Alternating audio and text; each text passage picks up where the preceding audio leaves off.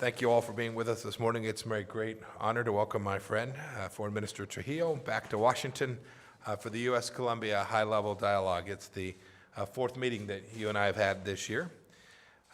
This regular dialogue shows that the United States values our friendship with Colombia, a relationship rooted in a shared set of values, a commitment to democracy, the rule of law, and fundamental human rights. President Duque's administration deserves great credit for this close partnership. Just 2 decades ago, Colombia was gripped by violence and corruption. No more. We've been proud to support your efforts to reclaim and rebuild your nation, Mr. Foreign Minister, and we thank you for your great partnership. Today, our teams will talk about a number of topics, and we will build on those solid foundations for the good of your country, the United States, and indeed the broader region. We'll certainly address narcotics. The United States has a significant stake in the outcome of Colombia's crackdown on the production of and trafficking of narcotics. That's why we've joined President Duque in setting an ambitious goal to reduce coca cultivation and cocaine by half by the end of 2023. We've seen signs of progress. We just had the chance to chat about that. Last year, coca cultivation decreased for the first time since 2012. More than 86,000 hectares of coca were eradicated, 20% more than we had set as our joint goal. Much more work needs to be done. Today, we'll discuss how to expand our counter-narcotics efforts to achieve and sustain the ambitious 5-year goal that we set. We'll also address Colombia's valiant humanitarian efforts to support the now 1.6 million people who have fled Venezuela and come to Colombia. To date, the United States has provided more than $250 million to aid Colombia in its response to the Venezuelan crisis, and our support is ongoing and continuing. Just this past month at the UN General Assembly, I announced nearly $119 million in new funding to support relief efforts throughout the region. And since 2018, we have twice deployed the U.S. Navy ship Comfort on medical missions to the region, stopping each time in Colombia. As I've shared with the Foreign Minister today, we stand ready to do even more to support Colombia's heroic efforts to save lives and stabilize the region. And then finally, we'll talk about an important topic, how we strengthen our economic ties between the two countries. There's real good progress already underway. Colombia's per capita GDP has doubled since 2000, and poverty has declined from 1 in 5 to 1 in 25. That's been a lot of hard work by Colombia and its people, but the United States has helped as well. We're Colombia's largest trade and investment partner, and our trade supports hundreds of thousands of jobs in each of our two countries. I know we can do more, and I look forward to the continued discussions throughout the day amongst our teams to deliver on this commitment. When I last visited Latin America in April, I explained the Trump administration's ultimate goal in the region, which is to cement a future of democracy, peace, and prosperity. As I said then, it's not an impossible dream, nor it is a foregone conclusion. We will all have to work on this together. Colombia is proof that the dream is indeed possible and that hard work pays off. And today that work continues. Foreign Minister Trujillo, thank you and your delegation for being here.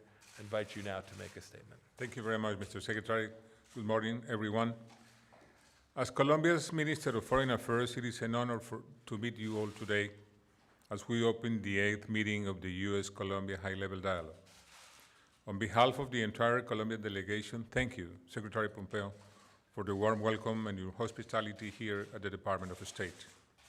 Today, I am joined by a delegation of Colombian government officials who will help lead the 3 areas of our high-level dialogue with the United States: security, economic prosperity, and democratic governance. Dating back to its beginnings in 2010, the high-level mechanism has sought to strengthen the U.S.-Colombia strategic partnership and diversify our bilateral agenda, working together toward our mutual prosperity. Since then, Mr. Secretary, multiple projects have come to fruition and benefited both Americans and Colombians. Our accomplishments through the high-level dialogue include U.S. support for Colombia's admission to the OECD, improved cooperation in humanitarian demining, Colombia gaining access to the Global Entry Program, and increased educational exchanges, just to name a few. We are committed to continuing down this path and setting out measurable, high-impact commitments. Ahead of this year's session, I'd like to briefly address 3 key issues that are at the top of our agenda and which demonstrate the efficacy of the high-level dialogue: the Venezuelan crisis, achieving prosperity and equality, and the fight against drugs. The Venezuelan crisis. We will continue to work through all political and diplomatic means, jointly with the countries of the Lima Group, jointly with the United States, jointly with the Organization of American States and other democracies across the world, to create a condition that will lead to positive change in Venezuela. We will implement required sanctions to keep isolating the Maduro regime.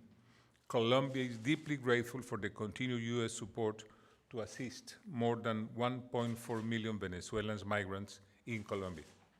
Achieving prosperity and equality. We are working to further boost economic trade and trade relations between the United States and Colombia.